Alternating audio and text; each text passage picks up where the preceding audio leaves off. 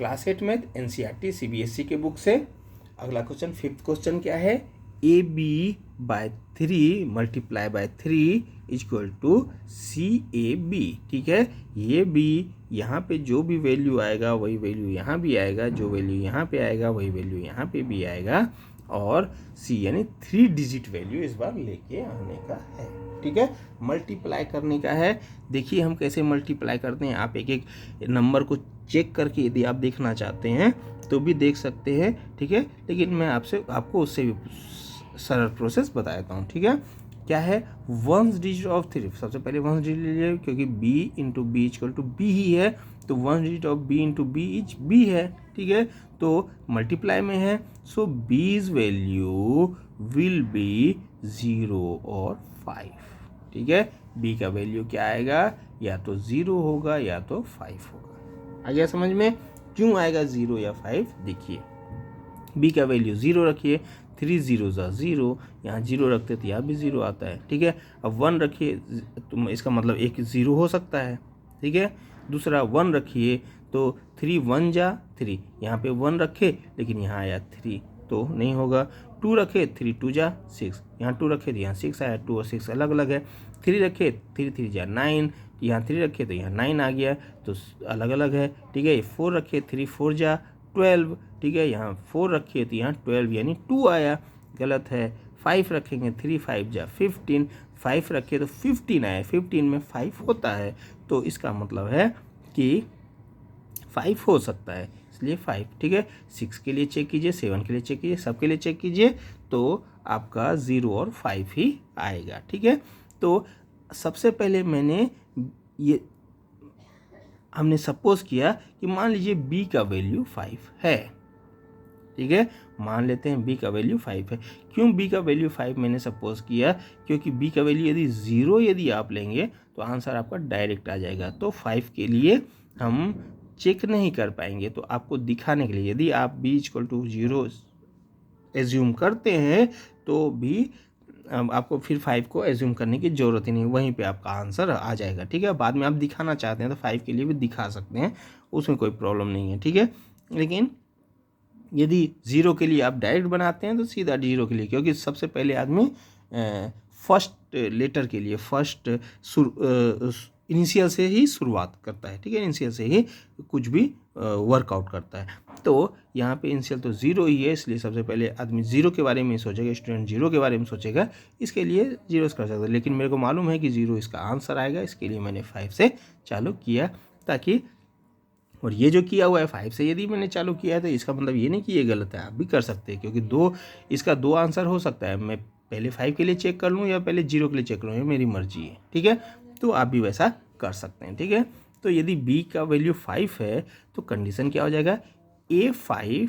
ठीक है, यहाँ पे b का वैल्यू 5 रख दिए, a5 3 इक्वल टू क्या होगा, ca और 5 हो जाएगा। ठीक है, b के जगह में हमने हर जगह में 5 रख दिया। ठीक है, अब वंस डिजिट ऑफ 1 इंटू, क्योंकि 3 5 जा 15 होता है, तो 15 में 1 कैरी फॉरवर्ड में यहाँ चला जाएगा, तो 3 1 जा 3 और 1 4। ठीक है, 3 1 जा 3 और प्लस 1 4, तो 1 जो है हमेशा प्लस में आएगा, इसलिए 1 को प्लस में रखा। ठीक है, और a इंटू 3 कर दिया, a इंटू 3 तो होगा लेकिन 1 प्लस भी होगा। ठीक है, तो 1 प्लस a इंटू 3 किया, तो वंस डिजिट क्या हो जाएगा, 1 प्लस a इंटू 3 हो जाएगा। उसका वैल्यू क्या है, a है। ठीक है, सिर्फ वंस डिजिट के बारे में बात करें, CA में सिर्फ a के बारे में बात करो, क्योंकि बाद में जब भी ये दोनों को मल्टीप्लाई करेंगे 2 डिजिट का नंबर आएगा, जिसमें फर्स्ट डिजिट जो है वो a ही है, तो वो a है। But it is not possible for as any value, लेकिन ये a के किसी भी वैल्यू के लिए पॉसिबल नहीं है। अब 1 प्लस a इंटू 3 में a के वैल्यू का आप रखना चालू कीजिए, और आप देखिए कि कभी भी ऐसा होगा ही नहीं कि a ही आ जाएगा। जैसे 3 1 रखे तो 3 1 जा 3 और 1 रखे तो कितना वैल्यू आ जाएगा, 3 1 जा 3 और 1 4, 1 रखे तो 4 आया, 2 रखे तो 3 2 जा 6 और 1 7, 2 रखेंगे तो 7 आएगा, 3 रखेंगे तो 0 आएगा, 10 हो जाएगा, 4 रखेंगे 3 4 जा कितना हो जाएगा 12 और 1 13, 4 रखेंगे तो 3 आएगा, 5 रखेंगे तो 6 आएगा, ठीक है।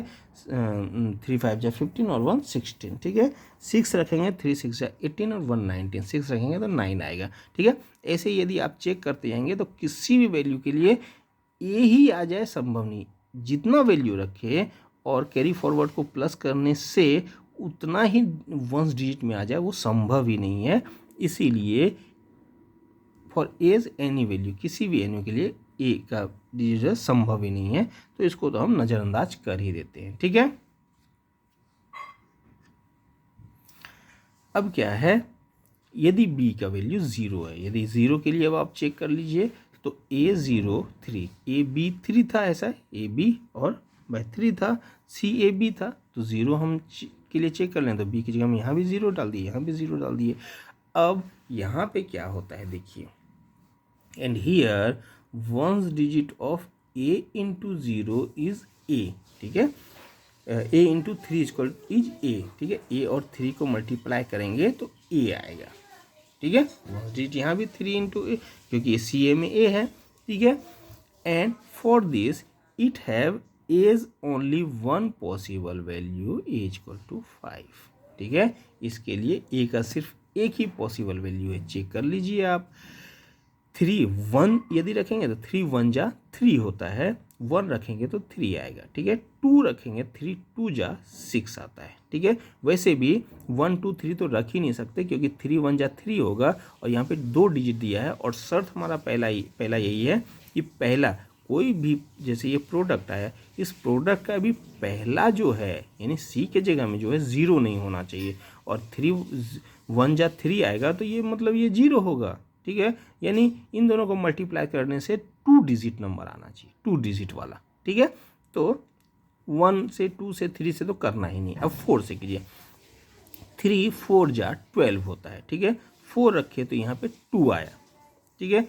5 रखे 3 5 जा कितना होता है, यहाँ 5 रखे तो 15 आया, 15 1 और 5 होता है, तो 5 रखे तो 5 ही आ गया, इसके लिए 5 संभव है। 6 रखें 3 6 जा 18 होता है, 6 रखे तो 8 आया, 7 रखे तो 1 आया, 8 रखे तो 24 आता है, 4 आया, तो इसका मतलब ये सही नहीं है, ये सिर्फ 5 ही है।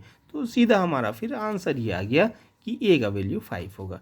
तो 5 यानी ए बी 3 था तो 5 0 3, और नीचे क्या था CAB था तो B का 0 वैल्यू था, A का वैल्यू 5 था और C का वैल्यू हमारा 1 आ गया, ठीक है। So this fulfil the condition, ठीक है। Therefore B equal to 0, A equal to 5 and C equal to 1, ठीक है। ये आपको समझ में आ गया होगा। इस तरह से हमको पजल को सॉल्व करना है और थोड़ा बहुत उसमें लिख देना है, ठीक है। लिखने के वर्ड्स जो हैं वो आपके रहेंगे तो ज़्यादा अच्छे हैं, ठीक है। जो आपने किया सिर्फ उतना ही लिखना है, ठीक है।